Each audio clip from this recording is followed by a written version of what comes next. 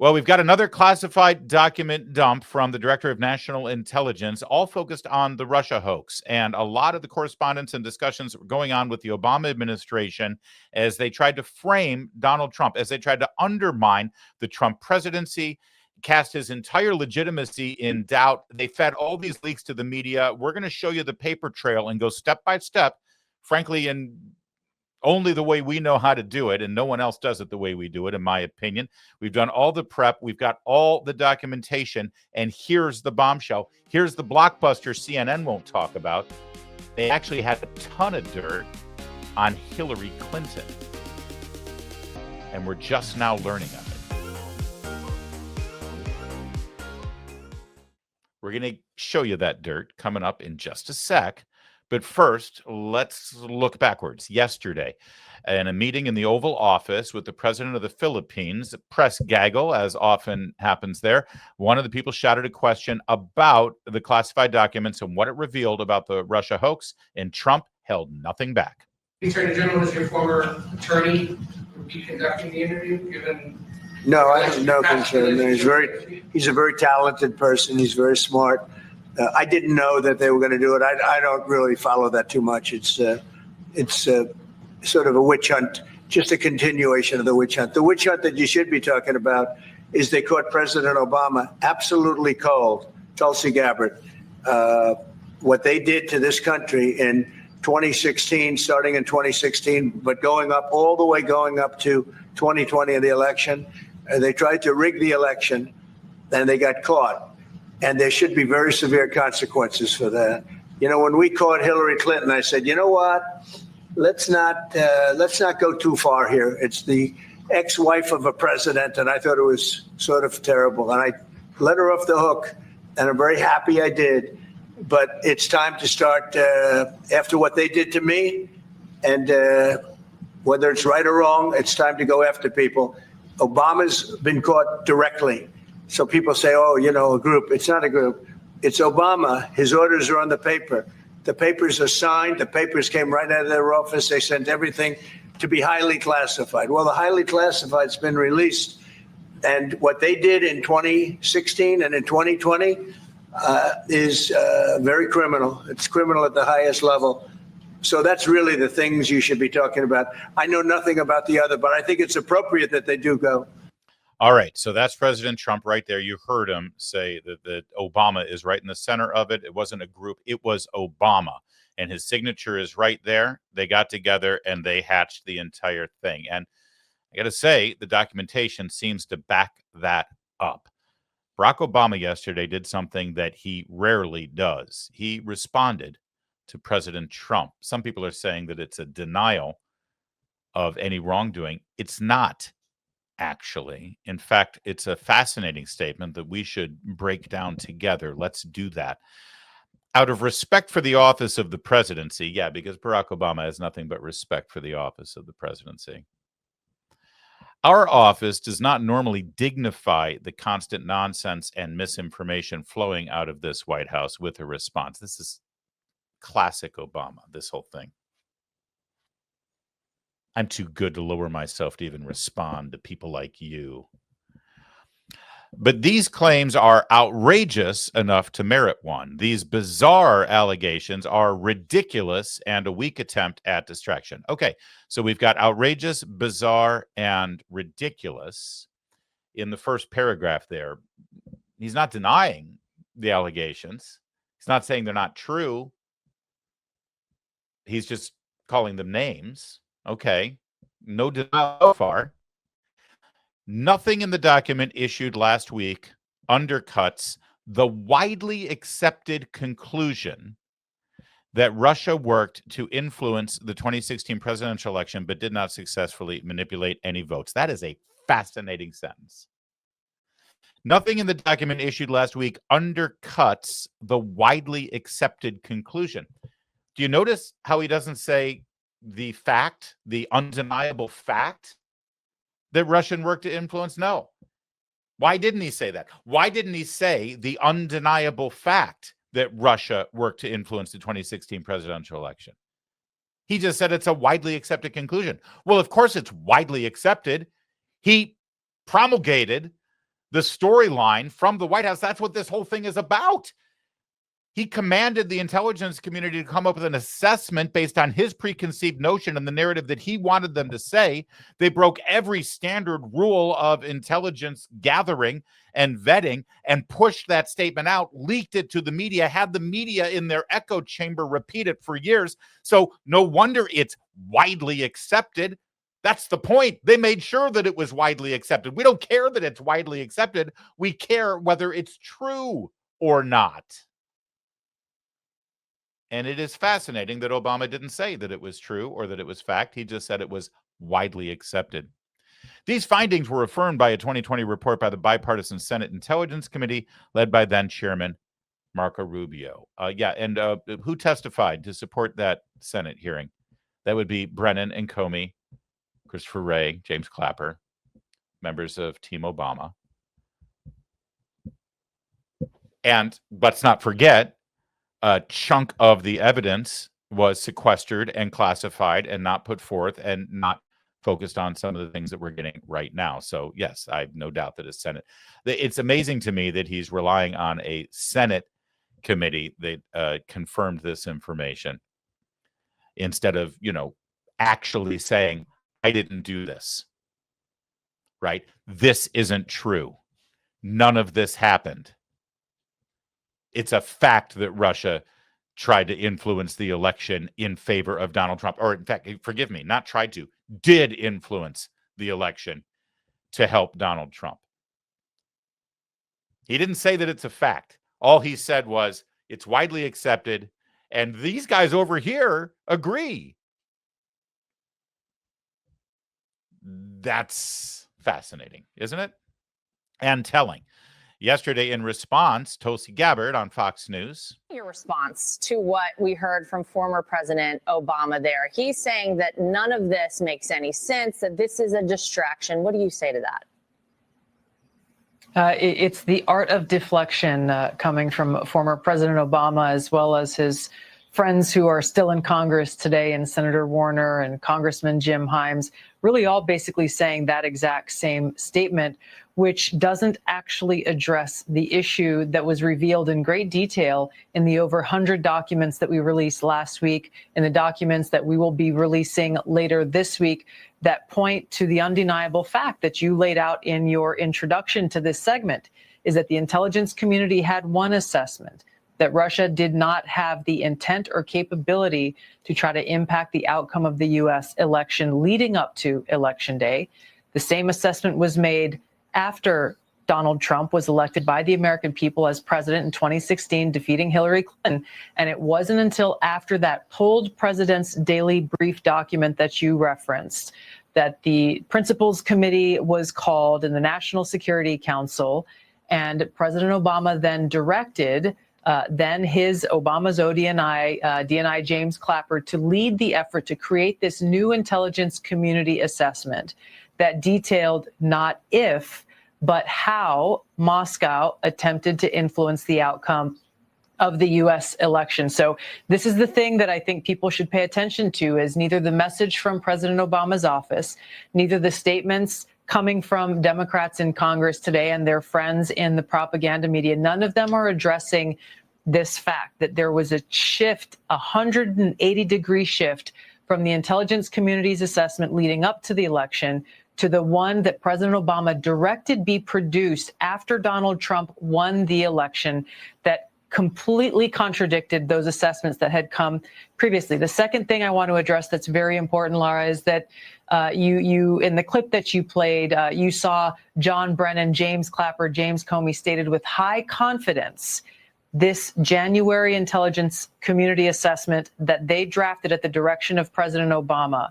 The fact is that they used already discredited information like the Steele dossier. They knew it was discredited at that time, yet they used it as a source for this document that they claim to have high confidence in. They used intelligence that some of these intelligence community professionals rejected previously because of the lack of credibility and the lack of the ability to vet with any kind of confidence whether or not that information or intelligence was accurate and could be used for an assessment. There's a long laundry list of facts and intelligence reporting that directly contradict the statement coming from President Obama's office and those who are trying to deflect away from what actually happened, which was after Donald Trump was elected. Led by President Obama, there was an effort to create a document that would serve as a foundation for what would be a years-long coup against President Trump, therefore trying to subvert the will of the American people who sent him to the White House in 2016. All right. Well said from Tulsi Gabbard yesterday afternoon. And then this morning, she actually declassified documents to back up every single thing that she just said. But understand some of the items there that she reiterated over and over again, that the intelligence community did a 180-degree pivot on their assessment of whether Russia did, in fact, interfere with the election and aided Donald Trump. These are very important key points, that they did, in fact, interfere with the election and that they did do it to help Donald Trump. Remember that. Also, she talked about the presidential daily briefing that got pulled at the last minute and was not delivered to President Obama. Remember that, because there's a very important factoid that we're going to share with you coming up in a bit about why they pulled that presidential briefing that conclusively said Russia did not, in fact, have the wherewithal or the ability to affect the outcome of the presidential election. And number three, frankly, the most important thing here is that unlike what usually happens, where a president might ask his intelligence community to come up with an assessment of something and tell him what happened, instead, the president said, we know Russia successfully interfered with our election to help Donald Trump. So now I want my intelligence community, I'm ordering you to go create a document that backs up the conclusion that I have reached. That's not how it works. That's not how it ever works. And that's just the tip of the iceberg about how extraordinarily unorthodox this ICA intelligence community assessment was. So here's the first part of the document dump this morning. Take a look at this and remember what Barack Obama said in his statement. The claims are outrageous, bizarre allegations, ridiculous, weak attempt at distraction, and then said nothing in the documentation issued last week undercuts the widely accepted conclusion that Russia worked to influence the 2016 election. Okay, well, let's take a look at this document. Most of the 15, in early December 2016, 15 new or revised CIA HUMINT reports containing information on Russian activities collected prior to the election that CIA professionals had decided not to publish for various reasons having to do with tradecraft or standards. In other words, Obama said in early December, we know Russia did this, so now go get me intel to back it up. So the CIA goes and they find 15 revised reports that hadn't met their standards to be included in an intelligence review. They discarded them, but now because Obama wanted backup to support the conclusion that he really wanted, they included these 15 reports. Most of the 15 were unremarkable, but 3 contained flawed information. And these 3 became foundational sources for the ICA, that's the intelligence community assessment, cited to claim Putin's aspired to help Trump win. In other words, of those 15, 3 of them were flawed, and they became the foundation of the conclusion. Senior CIA officers said some of the information in these reports had been judged to have not met various longstanding IC standards for publication. That's why they had not been published when first acquired. 2 sensitive reports were not published on DCI, that's Director of CIA's orders. The 3 reports were published after the election on DCIA orders, that's John Brennan, despite veteran CIA officer judgments that they contained substandard information that was unclear, of certain origin, potentially biased, implausible, or in the words of senior operations officers, odd. But those become the foundation for their conclusion. Acting on President Obama's orders, John Brennan, Director of CIA, directed a full review and publication of raw human intelligence information that had been collected before the election. CIA officers said that some of this information had been held on the orders of the director of CIA, while other reporting had been judged by experienced CIA officers to have not met longstanding publication standards. Some of the latter was unclear or from unknown subsources, but would nonetheless be published after the election over the objections of veteran officers on orders of the director of CIA and cited in the ICA to support claims that Putin aspired to help Trump win. A lot of people are rewriting history right now. They're saying everybody knows that Russia interfered with the election. Everybody knows that Russia influenced the election. They bought ads on Facebook, after all. That's not the point. That's a distraction. Don't pay attention to that. Okay, the intelligence community assessment, which is what started all of this, and immediately got leaked while they were still working on it. Like within days of Obama saying, hey, give me this report, they started leaking to the media. We'll show you in a second. It reached very important conclusions that were designed to undermine Trump's presidency and to instill in the American people, and certainly the viewers of CNN and MSNBC and the broadcast networks, as well as readers of every major publication in this country, it meant to instill in them a lack of confidence that their president was actually fairly elected, that for some reason he was an illegitimate president. How many times did you hear that from people? He's an illegitimate president. He's not the legitimate president. He didn't win fair and square. He worked with the Russians, right? That's the key here. The key here is that they wanted the intelligence community assessment not to say that Russia bought Facebook ads, not that Russia tried to influence the election, because we all know that Russia's always trying to influence our election. And guess what? We try to influence elections overseas too. That's not the big news here. The news was specifically that Putin and Russia had influenced the election, and they did it because specifically they wanted Trump to win. Those are the key elements here. Not that Russia bought Facebook ads and they tried to influence us. Russia's always trying to influence us. There's nothing new there. That they succeeded, and they did it because they wanted Trump. Those are the keys. Because that would render him illegitimate. That would render him a puppet of Russia. That would render him not your fair and square, duly elected president. That's what they tried to get out there, and they succeeded. And it was all based on a fraud.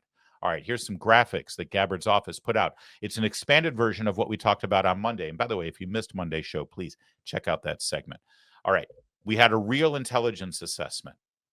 And that intelligence assessment concluded that Russia lacked the intent and capability to hack the U.S. elections. Putin had no preference for either of the candidates. That's what all of the intelligence said, leading up to and even a month after the election day. Trump won. They had a briefing on December 8th, but they pulled that briefing. They did not brief the president with that. That's key. I'm going to explain why coming up in a bit. But just remember that the fact that they pulled that briefing is critically important on December 8th. Then they have a meeting on the 9th. And in that meeting, Obama ordered the intelligence community to make a new assessment and claim that the election was hacked. John Brennan took the lead on it as the director of the CIA. He ignored suppressed intelligence that undermined that narrative and instead focused on some of the things that we just looked at, these 3 very questionable reports that had been discarded along with 12 others. The CIA veterans at the agency warned Brennan, said, we don't have direct information that Putin wanted Trump elected. Another intelligence community official said the Steele dossier was a factor in the Obama intelligence community assessment, even though they all denied it until they couldn't deny it anymore. The ICA was subject to unusual directives from the president. The president doesn't direct intelligence community assessments. The ICA officials disregarded behavior that undermined the idea that Putin wanted to help Trump. Then suddenly, see the deep state leaks? Within days of Obama's order to come up with this ICA, suddenly the New York Times, the Washington Post, and the NBC News have leaks from the CIA or from other members of the intelligence community saying Russian hackers acted to aid Trump in election. U.S. officials, Putin personally involved in U.S. election hack. These anonymous leaks. I always tell you that there's a big story about anonymous. Whenever a story has an anonymous leak, there's another story that these people, the Post, the News, the Times, that aren't telling you. And that is who leaked this and why. And now we know. We certainly know the why. The who is probably James Clapper or John Brennan or James Comey or all of them. Then that assessment was weaponized. Putin developed a clear preference for Trump and aspired to help his chance to victory, is what the assessment said, even though they didn't have any credible intelligence to back it up. And the next thing you know, you've got a Russia hoax. Some of the key points here. They told us that Putin and the Russian government helped Trump win the 2016 election. The truth is that an analyst told Brennan we don't have direct information that Putin wanted to get him elected. Obama, Brennan, and others fabricated the Russian hoax, suppressing evidence that Putin was preparing for a Clinton victory and was really just trying to sow chaos, not to help one person or another, just because they want to sow chaos. It's what they do. The other lie, we were told the Steele dossier was not used as a source in the 2017 Obama Intelligence Community assessment. The truth is, Brennan agreed that the dossier fails to meet Intel standards, but then he replied and said, but doesn't it ring true? Oh, yeah, that's a good way to assess intelligence when you're the director of the CIA. Well, it rings true. Not only did Brennan, Comey, Clapper, and others include the dossier, they overruled senior Intel officers who warned them that it was fabricated and shouldn't be used, and they knew that. They knew that even earlier than December, that it was fabricated. We were told that the Obama administration's 2017 ICA was an independent intelligence community product produced with apolitical analysis. The fact is that Obama ordered that assessment that they knew was false. They promoted the contrived narrative with the intent of undermining the legitimacy and power of a duly elected president, Donald Trump. And you're going to hear a lot of media people picking up this narrative today and saying, well, this is just Trump and he's just, he's a crybaby and he just can't get over the election and the people didn't think it was a legitimate president. And he's just trying to seek revenge. And by the way, with everything they put Trump through and everything they put the people who worked in the first administration through, with all the money that people had to spend for lawyers with an independent counsel and special counsel and Robert Mueller and all of the money that they had, people went bankrupt defending themselves against these fake allegations.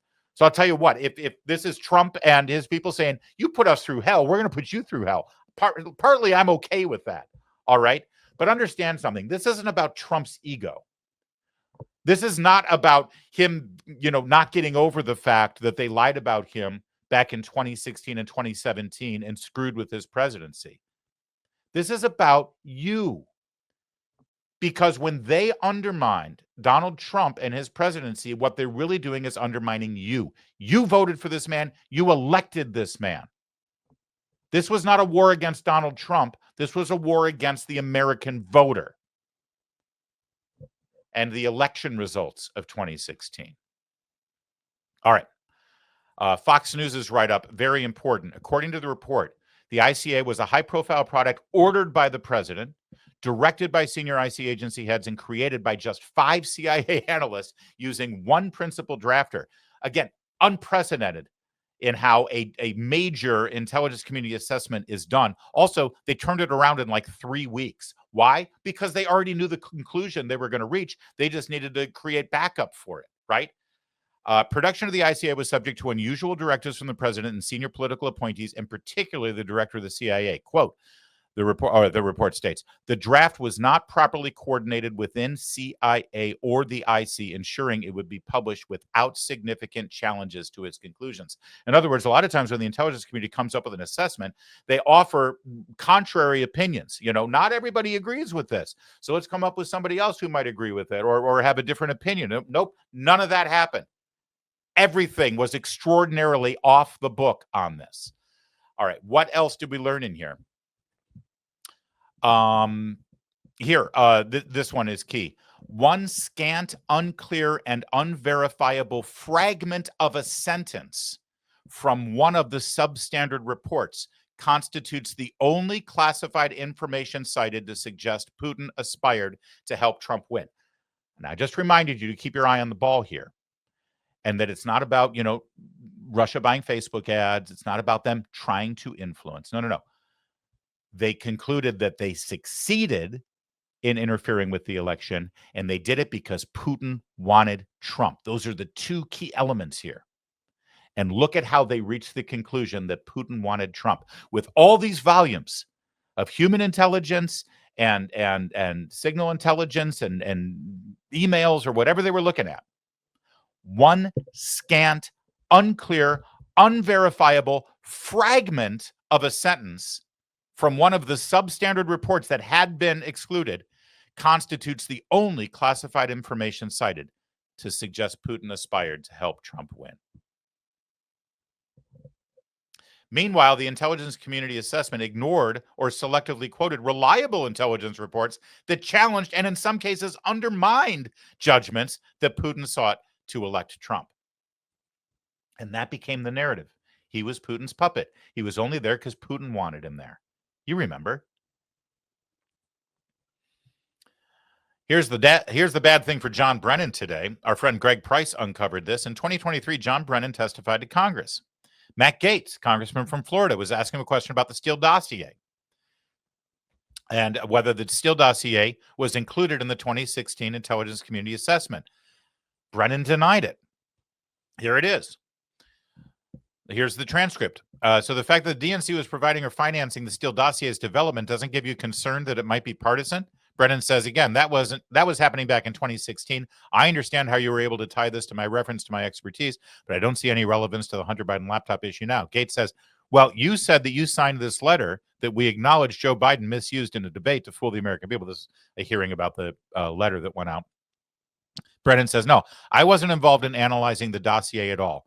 I said the first time I actually saw it, it was after the election, and the CIA was not involved at all with the dossier. Gaetz says, were you aware of the FBI's involvement with the dossier? Brennan says, yes, because there's an annex in the ICA, the Intelligence Community Assessment, that the Bureau asked to be included in there. It was their purview, their area, not ours at all. And yet, in the document from this morning, it appears that the CIA ultimately utilized the Steele dossier. Ultimately, the decision of how to handle the dossier was jointly made by the directors of the CIA and the FBI, who overruled the objections of the CIA officers and agreed to reference it with other ICA text bullets. John Brennan lied. We're the CIA. We didn't have anything to do with that. You got to ask FBI about that. Ask the FBI. They had the Steele dossier. But according to the paperwork that was dumped today, the director of the CIA joined with the FBI to determine that the dossier should be included. All right. So that's a lot. Let's take a quick pause. I hope you're all with me. Let me know in the live chat or in the comments afterwards if you're following this. I want to reiterate that one of the key points and most important points and the most damaging points that got picked up by the media was that Putin wanted to help Trump, right? I've drawn that to your attention multiple times now, right? And in fact, if you go back to this graphic, you'll see this is the key. This is what made it news. This is what fed the beast that suggested that Trump was not a legitimate president and handcuffed so much of what he tried to do the first time he was in office. Look at the leaks to the media. Secret CIA estimate says Russia was trying to help Trump. That's the news. Not that Russia tried to influence, but that Russia specifically wanted to help Trump. NBC News, U.S. officials, Putin personally involved in election hack. New York Times, Russian hackers acted to aid Trump. That was the key. So you would say to yourself, knowing that if the CIA or the FBI or any of the members of the intelligence community had any contrary information that could undermine the narrative that Putin wanted to help Trump, well, that would be relevant, right? They would want to include that and say, well, wait a minute, maybe Putin didn't want to help Trump because look at this. And that's where the dirt on Hillary Clinton comes in, because it turns out, according to the released information and declassified information this morning, Russia was sitting on a whole treasure trove of dirt on Hillary Clinton. If Russia really wanted to help Trump, they would have dumped all this with the media. They would have dumped it everywhere, worldwide. As Charlie Kirk, our colleague at Salem, points out, page 17 of the declassified House Intelligence Committee report is wild. It reveals that Russia had huge amounts of anti-Clinton dirt that it sat on in the final days of the campaign. Internal claims that Hillary was on heavy tranquilizers and suffering intensified psycho-emotional problems. That tracks. Evidence of severe health ailments like type 2 diabetes and ischemic heart disease. Internal DNC comms that Obama and others found Hillary's health extraordinarily alarming. Remember when she passed out at 9/11 at the commemoration of the September 11th attacks? And they had to hold her up like a sack of potatoes and push her into the van to get her out of there, remember? Apparently, Russia had access to internal DNC comms that Obama and others found Hillary's health extraordinarily alarming. Why wouldn't Russia leak that if they were trying to help Trump? Evidence of secret meetings with religious leaders where Clinton offered significant increases in funding from the State Department in return for their support. So in other words, she was using tax dollars through the State Department to bribe religious leaders to get support for her presidential election.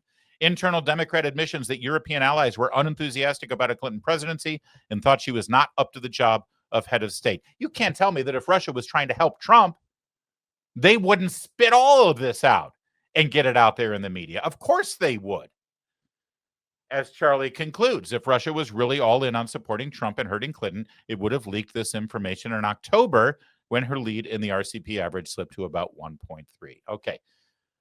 Now, I've told you a couple of things that I wanted you to remember, like the whole point of the fake Russian collusion narrative was that Putin wanted to help Trump, right? And we just exposed how that's absolutely false. There's another thing that I wanted you to remember, and that was the fact that they didn't brief Obama on December 8th, that presidential daily briefing that included intelligence that Russia did not have the wherewithal, the means, or the intent to affect the outcome of the election to help Donald Trump. They pulled that briefing. Why is that important? Why is that significant? Well, my buddy Vince Colonnese points this out, and it's incredibly relevant. You can see here from the CNN headline, Jim Acosta byline, that as of Tuesday, November 15th, a week after he had won the election, Trump was now getting the presidential daily brief. You see, when you're a president-elect, you start getting briefed. So when you begin on day one, you're already up to speed on a lot of the intel issues. You're already up to speed. So he started getting the presidential daily briefs mid-November. The presidential daily brief for December 8th that included the intelligence community assessment that Russia did not have the means, the wherewithal, or the ability, or the intent to change the outcome of or affect the outcome of our election to help Donald Trump, that was included in the December 8th brief, and they pulled it.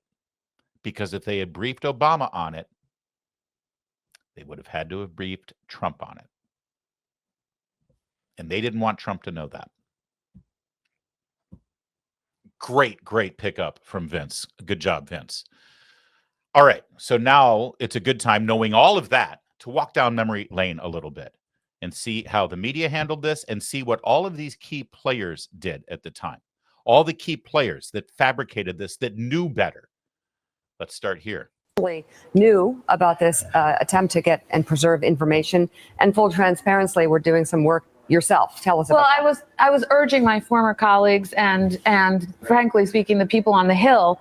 It was more actually aimed at telling the Hill people, get as much information as you can, get as much intelligence as you can before President Obama leaves the administration, because I had a fear that somehow that information would disappear with the senior people who left. So it would be hidden away in the bureaucracy, that the Trump folks, if they found out how we knew what we knew about the Trump staff's dealing with Russians, that they would try to compromise those sources and methods, meaning we would no longer have access to that intelligence. So I became very worried because not enough was coming out into the open, and I knew that there was more.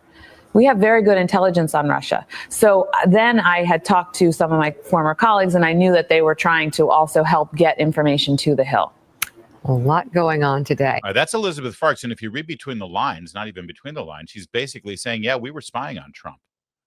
We were on top of that campaign, and we knew whatever connections they had with Russia, and we wanted to get as much stuff out. Now, she says to preempt them from learning what they were doing and burying it. But in fact, it was obvious that they were trying to do it to slime and undermine Donald Trump. But that's an admission that, yeah, absolutely, we were spying on the Trump campaign, something that they continue to deny. Now here's Susan Rice. Remember her? She's the one, after that famous meeting in the White House, wrote herself a memo saying Barack Obama gave the green light to investigate Trump and to keep this investigation going, but we have to do it by the book. Because who else? Who among us doesn't always write an email to ourselves to make sure that the world knows that the president told us to do it by the book? Think about that for a minute. She included that little nugget in her email to say President Obama wanted to make sure that we all did it by the book. Shouldn't it be a given that a White House is operating by the book? Why do you have to bend over backwards and go out of your way to reiterate that we're doing it by the book? Unless, it's atypical to do it by the book. Okay, Susan Rice. Susan Rice, welcome to the program. Good to be with you, Judy.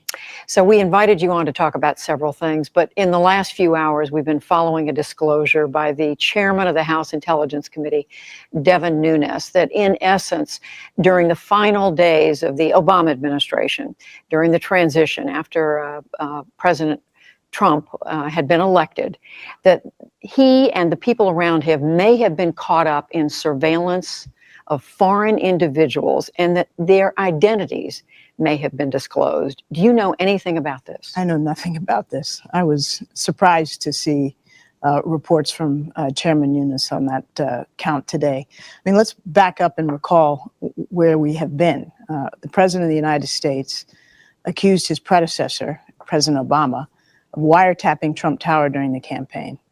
Nothing of the sort occurred, and we've heard that confirmed by the director of the FBI, who also pointed out that no president, no White House can order the surveillance of another American citizen. That can only come from the Justice Department with the approval of a FISA court. Now, that's very clever here. All she's saying is that Obama didn't order wiretapping of the Trump Tower. What she's not denying is that the wiretapping occurred. And of course, later we did learn that there was a FISA court jurisdiction and directive to spy on the Trump campaign. We know that now. At the time, she knew that too. And when she started by saying, I know nothing about this, I've never heard of it. Of course she did. She was in the meetings where all of this was discussed. And you can split hairs about whether Obama ordered the FISA warrant on the Trump campaign, but it happened on his watch when he was president of the United States. He had full awareness of it, and he never said, wait a second, what are we doing? We can't spy on his campaign. No. He knew exactly what the FBI was doing. He knew exactly what his DOJ was doing, and then he worked after the election to create the fictitious intelligence community assessment. How about James Comey? Nobody lies like he does. The former FBI director describing in stunning and sometimes in graphic detail the conversations he says he had with the president, the private dinner, and the unverified dossier that Comey says the president was fixated on. In particular, the most salacious allegation contained in that dossier. Tonight, what we never heard from James Comey before, one-on-one with George Stephanopoulos. As you headed into Trump Tower that day, were you nervous? Yes. FBI Director James Comey was with a group of intelligence agency heads briefing the president-elect and his top aides on how the Russians interfered in our election. President-elect Trump's first question was to confirm that it had no impact on the election. The intelligence community does intelligence. The White House does PR and spin. You also said you were struck by what they didn't ask. Very much. No one, to my recollection, asked, so what's coming next from the Russians? How might we stop it? What's the future look like? It was all, what can we say about what they did and how it affects the election that we just had? Comey says he then asked to meet alone with Trump to warn him about that now infamous Steele dossier. Unverified information on Trump's ties to Russia, including allegations of Trump's encounters with prostitutes in Moscow. I'm about to meet with a person who doesn't know me. He's just been elected president of the United States by all accounts. And from my watching him during the campaign, could be volatile. And I'm about to talk to him about allegations that he was involved with prostitutes in Moscow and that the Russians taped it and have leverage over him. Did you tell him that the Steele dossier had been financed by his political opponents? No. I don't even think I used the term Steele dossier. I just talked about additional material. But did he have a right to know that? That had been financed by his political opponents? I don't know the answer to that.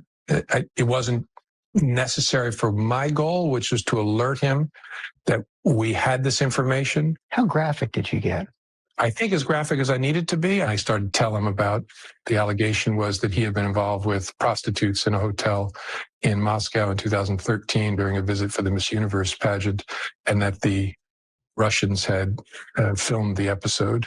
And he interrupted very defensively and started talking about it. Do I look like a guy who needs hookers? And I assumed he was asking that rhetorically. I didn't answer that. And then I just moved on and explained, sir, I'm not saying that we credit this, not saying we believe it. We just thought it very important that you know. Did you tell him you thought it wasn't true, or you didn't know if it was true or not? I never said I don't believe it, because I couldn't say one way or another. How weird. You see what they're doing here, right? I mean, that's the thing. We have the benefit of hindsight now.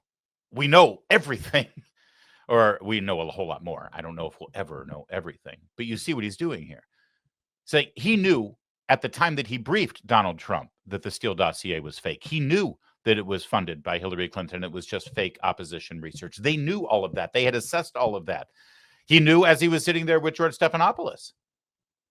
But when George says, did you tell him it's fake? He said, well, listen, I don't know if he had prostitutes or not. Well, I guess that's technically true. But he knows that the basis of this entire report is fake and fraudulent. And I love the characterization that when I told Trump about this, he acted very defensive. Well, of course he did. That was a lie. Who among us wouldn't act somewhat defensive if the director of the FBI says that the Russians have information about you being with prostitutes? If it's not true, he has every right to be defensive. But even beyond that, you see what's happening here, right? This was all during 2017 and then through 2018 with the Mueller investigation and all that. This was daily, where these news reports, these exclusive interviews, these very important and very serious sit-downs about Trump and Russia and the meddling and the interference and how Russia was helping Trump and that they had dirt on Trump, and none of it was verified. But it became the daily drumbeat in the corporate media because they were part of this. And you look back on this and you can see how they very carefully choose their words. They're careful enough. But at the same time, the effect worked. The effect was that the American people thought negatively of Donald Trump, that they had a lack of confidence that he was the duly elected president, that he wasn't in some way in bed. But there are people who still believe it. That's how propaganda works. That's how a psyop works. That's how intelligence is weaponized against us. Again, not against Trump, against us. Let me give you one more example real fast here, and then we'll wrap up this segment. Or actually, no, I've got one other thing. Here's James Clapper specifically verifying now, unwittingly, I think, on CNN. This was in 2018. He admits that this was all Obama that directed this intelligence, because people think that the intelligence community came up with this and created this assessment and created this finding that Russia had successfully interfered in the election, and they did it because they wanted to help Trump. But listen to Clapper in 2018. We did that set off a whole sequence of events which are still unfolding today, notably Special Counsel Mueller's investigation. President Obama is responsible for that, and it was he who tasked us to do that intelligence community assessment in the first place. There you go. He tasked us to do the intelligence community assessment in the first place. All right, one final example in terms of the use of the propaganda media to do their bidding willfully. Our friend Western Lensman, I subscribe to his account. He's great. He found this. This is from January of 2019. This is the perfect example of how they would report on this every single day to undermine Trump, to undermine the constitutional process, to undermine the will of the American voter. This is just a perfect example of it. Today, the president of the United States denied that he's a Russian agent. And by the way, how extraordinary is this that the question even had to be asked in the first place? This is where we are. I never worked for Russia, and you know that answer better than anybody. I never worked for Russia. Not only did I never work for Russia, I think it's a disgrace that you even asked that question, because it's a whole big fat hoax. It's just a hoax. All right, so there's more on this report, but do you notice, do you see the structure of this? They all know what they're doing.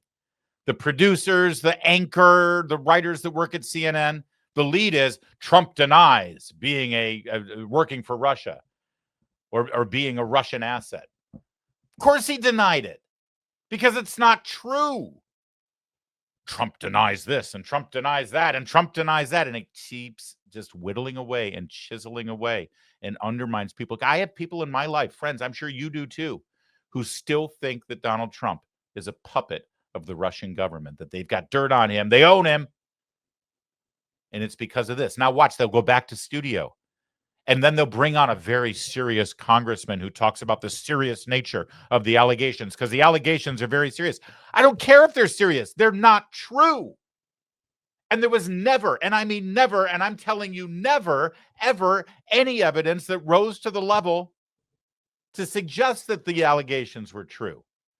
And what was the one piece of evidence that everyone kept hanging their hat on? Well, we got to go back to that intelligence community assessment that Barack Obama ordered in the final days. And now we know why. And now we know exactly what they did with it. That's their only evidence. All right, so watch how this unfolds. That is President Trump today pushing back against the bombshell reporting over the weekend that the FBI opened an investigation into whether or not he was working on behalf of Russia. Specifically, after the president fired James Comey as FBI director back in May of 2017. This is a very grave matter. The fact that we're asking the question as you began this segment, is the president of the United States a Russian operative? It's extraordinary. Is itself extraordinary? And this is this really getting to the truth, frankly, is more important than precedent or executive privilege. You heard the president in front of the White House this morning saying that he has not worked for Russia. Do you think he's compromised? Why did I have the eerie recollection of Richard M. Nixon saying to the national audience, you need to know if the president's a crook and I am not a crook? Do you have any evidence? Do we have evidence? Well, we're about to get some, aren't we? You see what they did? And do you see how they did it?